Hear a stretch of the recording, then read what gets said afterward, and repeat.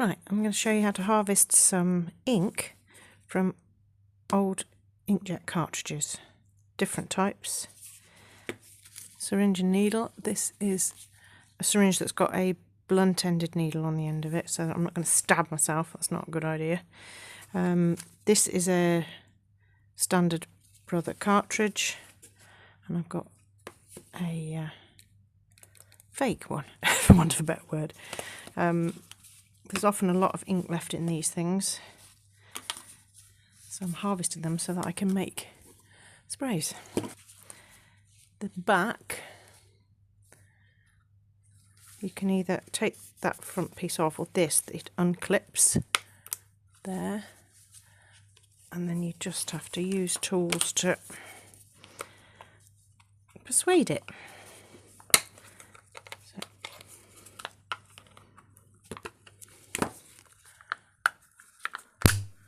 And then inside it's got like a plastic film.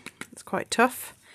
There's a section here where it actually goes into the machine, and there's various different compartments. Hopefully you can see that. I found the best place to put a hole in there is there and in there, because that gets that chamber, or you can go in that way, that chamber and there. But there's loads left in there, so I use a blade, or you can just use a needle. Pierce a hole in that film, there and there, then use my syringe poked in there,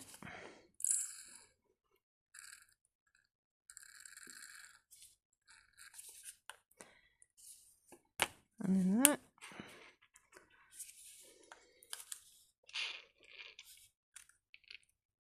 This is a messy job. You need gloves and tissues.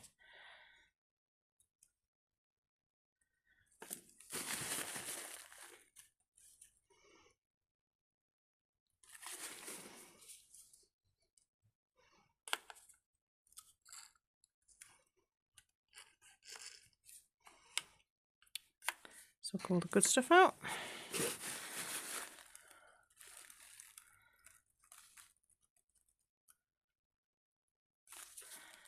And there's nearly 1.5 to 2 mils of ink left in that empty cartridge.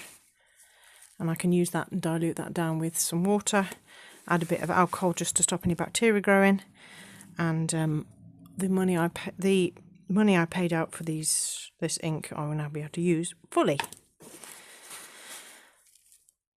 And this goes to recycling, and you need to check locally if your recycling centres or home recycling will actually recycle these, or you can send them back to the manufacturer. They do schemes to do that, but either way, I've got my money out of it.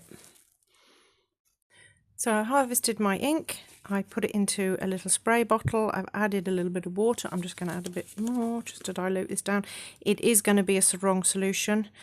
I haven't tried the different strengths to see how they come out, but you'd have to do a bit of trialing over there. I'm just going to top this up with a bit more water. I'm using bottled water just because it's generally cleaner.